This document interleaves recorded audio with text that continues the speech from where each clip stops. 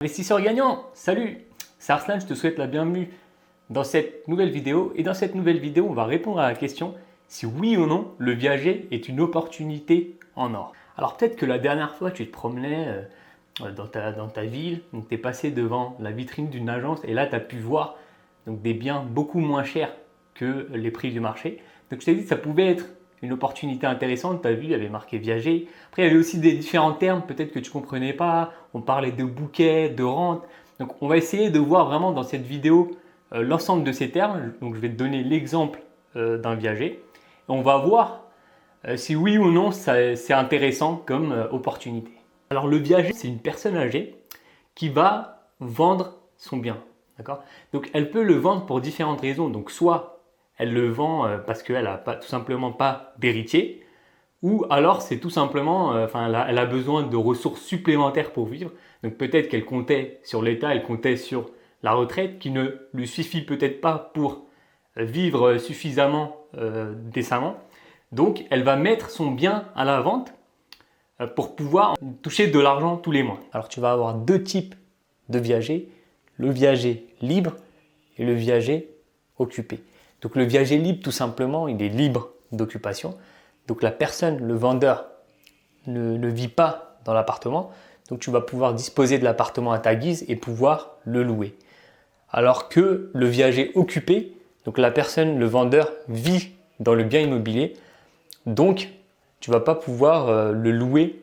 Tu vas devoir attendre qu'il soit libre pour pouvoir jouir de ce bien.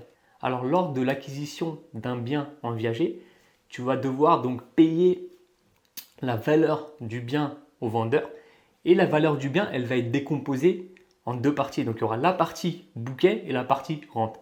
Et on va définir les deux termes juste après. Alors tout d'abord, tu vas avoir donc la partie bouquet. Et la partie bouquet, c'est la somme initiale que tu vas devoir verser lors de l'acquisition du bien immobilier au vendeur. D'accord ? Donc cette valeur, donc ce bouquet, ça correspond à peu près à 20 à 30% de la valeur du bien immobilier. Ensuite, tu vas avoir la rente. Cette rente, elle va être calculée à partir d'une table de mortalité donc, qui est issue de l'INSEE et elle va être fonction finalement de l'âge de la personne, son espérance de vie. Donc maintenant, on va prendre un exemple. Donc, imaginons Papy Jacques qui a, disons, 80 ans. Donc, il aurait une espérance de vie de 8 ans, d'accord, 8 ans environ. Et son bien, il coûte donc, disons, 440 000 euros, d'accord. On va s'imaginer qu'il est en plein Paris, donc il a un super appartement. Donc son appartement coûte 440 000 euros et il est libre. Donc dans ce cas-là, le bouquet, donc la somme initiale à verser lors de l'acquisition de l'appartement, donc ça va être donc 20% du bien, imaginons, donc 132 000 euros, d'accord. Maintenant, le montant restant à payer, donc comme on a dit, le bien vaut 440 000 euros, tu as payé comme bouquet 132 000 euros. Donc maintenant, pour savoir le montant qui reste à payer, on va faire 440 000 euros la valeur du bien, moins les 132 000 euros, donc ça nous ramène à 308 000 euros. Et ces 308 000 euros, on va les verser comme rente, d'accord. Donc là, comme on a vu dans l'exemple de Papy Jacques, qui a une espérance de vie de 8,33 ans, donc sa rente, elle va correspondre finalement à la valeur qui reste à payer, donc qui est 308 000 euros, divisé par son espérance de vie, donc 8,33, ce qui nous donne 36 975 euros par an, soit 3 080 euros par mois. Alors ce calcul, c'est dans le cas d'un viager libre. Dans le cas d'un viager libre, la valeur du bien, c'est la valeur du prix du marché finalement. Maintenant, dans le cas d'un viager occupé, c'est différent parce que la valeur du bien, elle va subir une décote. Donc finalement, ça ne va pas être 440 000 euros, ça va être beaucoup moins que ça. Parce que cette décote, elle va être due au fait que toi, tu ne peux pas occuper le logement. Donc le logement est occupé par le vendeur. Donc il y a un manque à gagner par rapport au loyer parce que finalement, tu vas être propriétaire, mais derrière, tu ne vas pas pouvoir percevoir de loyer de ce bien. Donc pour compenser cette perte, le bien va subir une décote. Donc quand tu es propriétaire d'un viager, tu vas devoir t'acquitter donc de la taxe foncière du bien. Donc c'est toi le propriétaire, c'est toi qui la payes. Tu vas devoir également payer les charges de copropriété si bien sûr le viager est libre.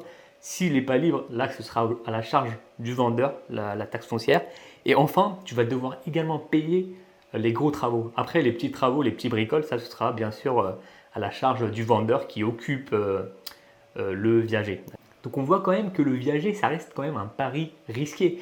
Parce que si la personne, imaginons qu'elle décède au moment prévu, bah là finalement tu auras juste payé un bien au prix du marché. Maintenant imaginons que la personne décède avant son espérance de vie, c'est le jackpot, c'est le gros lot, tu as de quoi être content, donc tu as un bien largement en dessous des prix du marché. Donc derrière, tu vas pouvoir bénéficier d'une plus-value latente qui sera importante, une grosse renta, etc. Donc ça, c'est dans le meilleur des cas. Maintenant, le pire des cas, c'est si le vendeur vit plus longtemps que prévu. Là, dans notre cas, donc on avait prévu qu'il vive 8,33 ans. Mais imaginons qu'au lieu de ça, là, il vive, je sais pas, 10 ans de plus, ou enfin voilà, donc beaucoup plus que prévu. Donc là, finalement, tu l'auras dans l'os parce que tu vas payer un bien beaucoup plus cher que le prix du marché. Donc c'est vraiment un pari risqué en fait, un pari finalement sur une variable qu'on ne maîtrise pas vraiment, qui est l'âge de la personne. Donc c'est un peu risqué déjà à ce niveau-là. Maintenant, l'autre risque du viager, c'est que si tu arrêtes de verser la rente au vendeur, bah, il y a une clause résolutoire dans le contrat qui va faire que tu ne seras plus propriétaire du bien. Donc finalement, tu vas perdre non seulement la propriété du bien, mais en plus toutes les rentes que tu auras versées jusque-là, tu ne vas pas les récupérer. Après, le bouquet, ça, tu peux le récupérer. Mais en tout cas, voilà, ce sera une opération où tu auras perdu finalement quand même beaucoup d'argent et beaucoup de temps. Donc bien sûr, tu auras aussi payé les frais de notaire. Donc au final, ça aurait été un gouffre financier. Donc il faut anticiper ça, le fait de devoir vraiment payer la rente, tout le long de la vie finalement du vendeur. Et aussi, imaginons donc le comble du comble, que tu décèdes finalement avant le vendeur. Dans ce cas-là, ça va être problématique parce que la dette que tu avais par rapport au paiement de la rente à ton vendeur, elle va être transférée sur tes héritiers. Donc ça va vraiment être une charge importante pour eux également. Donc c'est aussi un risque à prendre en compte. Donc si on devait conclure, je dirais que le viager finalement c'est un pari sur l'avenir.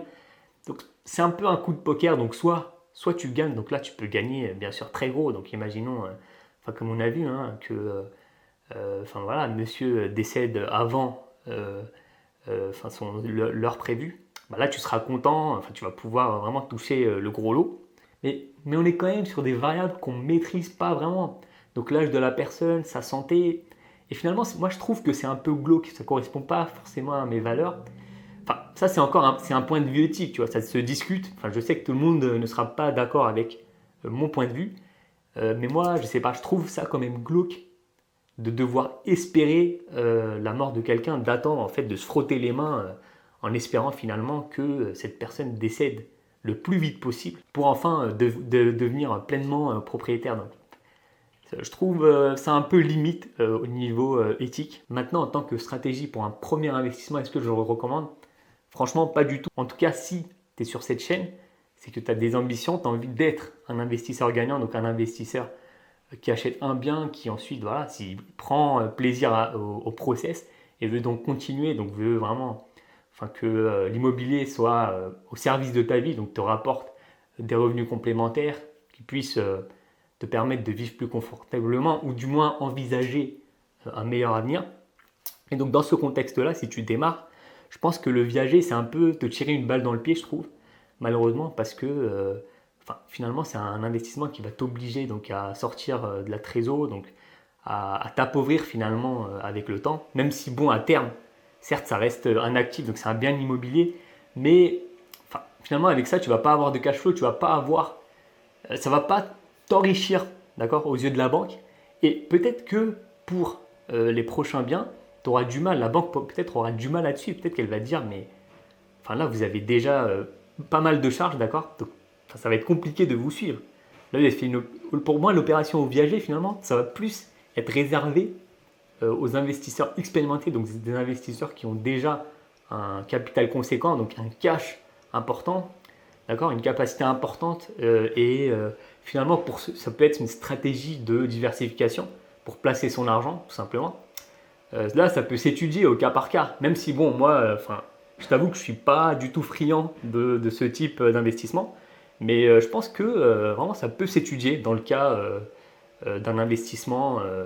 Si tu es avancé, si tu as envie de te diversifier, ça peut éventuellement s'étudier. Maintenant, j'aimerais avoir ton avis. Tu peux me dire dans les commentaires ce que tu penses du viager. Et si tu as d'autres questions, n'hésite pas. Tu peux aussi me les poser en commentaire. Donc, soit je vais te répondre directement, ou si c'est un sujet, une question que je reçois souvent, là, je pourrais en faire une vidéo pour aider un maximum de gens.